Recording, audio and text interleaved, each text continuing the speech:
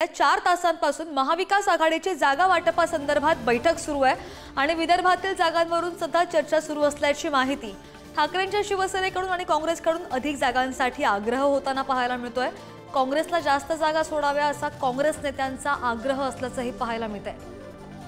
2 दिवस जागा वाटपावर बैठक होणार आहे महाविकास आघाडीची आणि अधिकची माहिती घेत आमचे प्रतिनिधी चेतन आपल्या सोबत आहेत। चेतन, गेल्या 4 तासांपासून बैठक आहे, काय घडतंय नेमकं बैठकीमध्ये?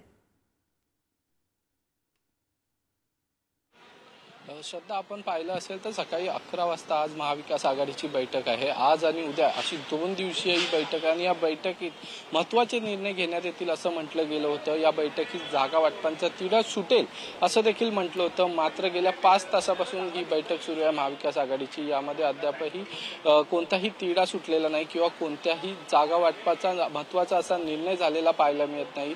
जी माहिती आली आहे या माहितीच्या आधारावर की विदर्भातील ज्या 30 ते 35 जागा या जागेंमुळे कुठेतरी रसिकेत चालू आहे किंवा या जागांची अदलाबदली ह्याचं देखील सूत्र कामी येत नाहीये। मात्र अद्यापही त्या विदर्भातल्या जागेवर कोणताही निर्णय झालेला पाहायला भेटत नाहीये। काँग्रेस असेल किंवा ठाकरेंची शिवसेना असेल ही विदर्भातल्या जागेंवर आजही आग्रही आहे।